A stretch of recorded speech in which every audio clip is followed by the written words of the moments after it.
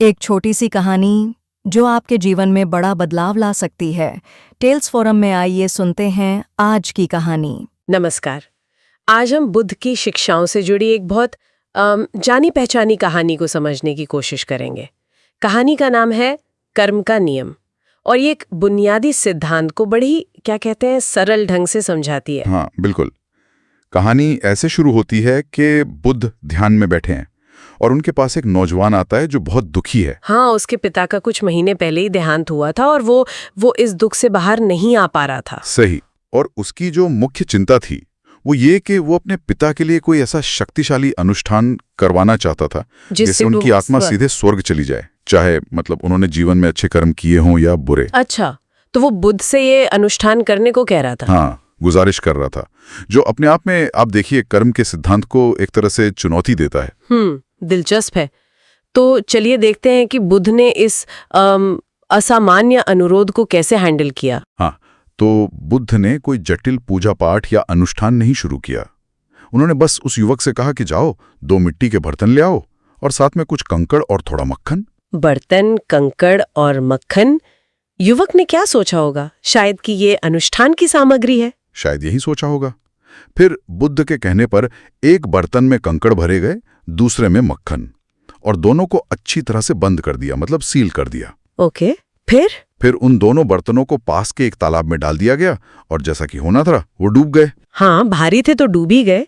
यहाँ तक तो सब सामान्य है। बिल्कुल। लेकिन इसके बाद बुद्ध ने युवक से कहा कि एक छड़ी लो और पानी के नीचे जाकर उन बर्तनों को फोड़ दो। अच्छा, फोड़ने को कहा। हाँ, और जैसे ही बर्तन टूटे एक देखने लायक चीज हुई। क्या हुआ? जो मक्खन था वो तेजी से ऊपर आया और पानी की सतह पर तैरने लगा। और कंकड़ वो वहीं तालाब की तली में बैठ गए।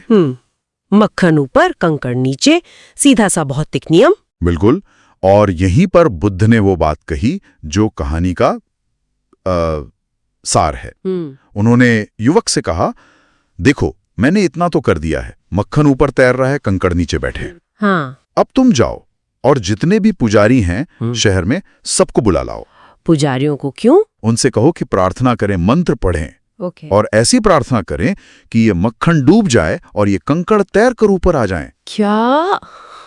ये तो युवक ने क्या कहा, वो तो चौंक गया होगा। हाँ, बिल्कुल चौंक गया। उसने कहा, भगवान ये कैसे हो सकता है भला? सही बात है। ये तो प्रकृति का नियम था। कंकड़ भारी है, वो नीचे ही रहेंगे, मक्खन हल्का है, वो ऊपर ही तैरेगा। कोई भी प्रार्थना या मंत्र इस नेचुरल लॉ को, इस प्राकृतिक नियम को बदल नहीं सकता। उसका जवाब एकदम लॉजिकल था। एकदम।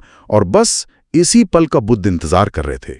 उन्होंने युवक के ही शब्दों को पकड़ लिया। कहा, तुम प्रकृति के इस नियम को तो इतनी अच्छी तरह समझते हो, तो फिर ये क्यों नहीं समझते कि यही नियम कर्म पर भी लागू होता है? ओहो, क्या कनेक्शन जोड़ा उन्होंने, भौतिक नियम से सीधे कर्म के नियम पर। हाँ, उन्होंने फिर समझाया, अगर तुम्हारे पिता ने जीवन भर कंकड़ जैसे भारी बुरे काम किए, गलत काम किए, तो उनका नीचे जाना तय है। कोई प्रार्थना, कोई मंत्र उन्हें ऊपर नहीं उठा सकता। और अगर अच्छे कर्म किए हो तो? और अगर उन्होंने मक्खन जैसे हल्के यानी अच्छे कर्म किए हैं, सही काम किए हैं, हाँ, तो वो ऊपर उठने के ही हकदार हैं। कोई उन्हें नीचे नहीं धकेल सकता। वाह, कितनी सीधी, कितनी स्पष्ट उपमा है मक्खन और कंकड़ की। बिल्कुल। और ये उपमा कर्म के सिद्धांत की जो सबसे जरूरी बात है उसे सामने लाती है, व्यक्तिगत जिम्मेदारी, पर्सनल रिस्पॉन्सिबिलिटी। हाँ, कहानी यही बता रही है कि हमारे कर्मों का नतीजा उतना ही पक्का है जितना कि प्रकृति का कोई नियम, जैसे गुरुत्वाकर्षण। सही। कोई बाहरी ताकत, चाहे वो पुजारी हो या कोई खास पूजा पाठ हो, इसे बदल नहीं सकती। कर्म का जो हिसाब किताब है वो व्यक्तिगत है। मतलब ये कहानी असल में कर्म कांड के बजाय कर्म के महत्व पर जोर दे रही है। बिल्कुल सही।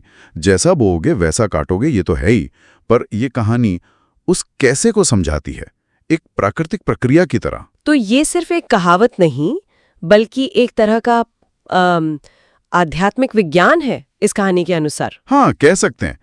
ये बताती है कि हमारे हर काम का, हर चुनाव का एक वजन होता है, या तो हल्का या भारी। और वो वजन ही तय करता है कि हम ऊपर उठेंगे या नीचे जाएंगे।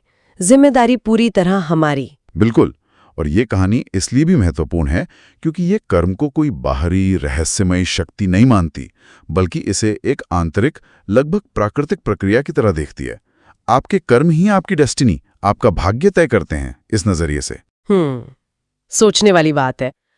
ये कहानी कर्म और उसके फल को एक बड़े ही कॉज एंड इफेक्ट वाले सिस्टम की तरह दिखाती है, बिल्कुल, जैसे फिजिक्स के नियम होते हैं। हाँ, कारण और प्रभाव का सीधा संबंध। पर यहाँ एक सवाल उठता है, क्या जीवन और आध्यात्मिकता हमेशा इतने साफ, इतने निश्चित नियमों में बंधे होते हैं? ये कहानी हमें सोचने पर मजबूर करती है कि क्या इस तरह के ढांचे में, मतलब जहाँ कर्म का नियम इतना अटल है, क्या वहाँ कृपा के लिए या माफी के लिए या किसी अप्रत्याशित बदलाव के लिए कोई जगह है, या कर्म का नियम ही सब कुछ है? ये वाकई एक गहरा सवाल है जिस पे मनन किया जा सकता है। हर कहानी कुछ न कुछ सिखा जाती है।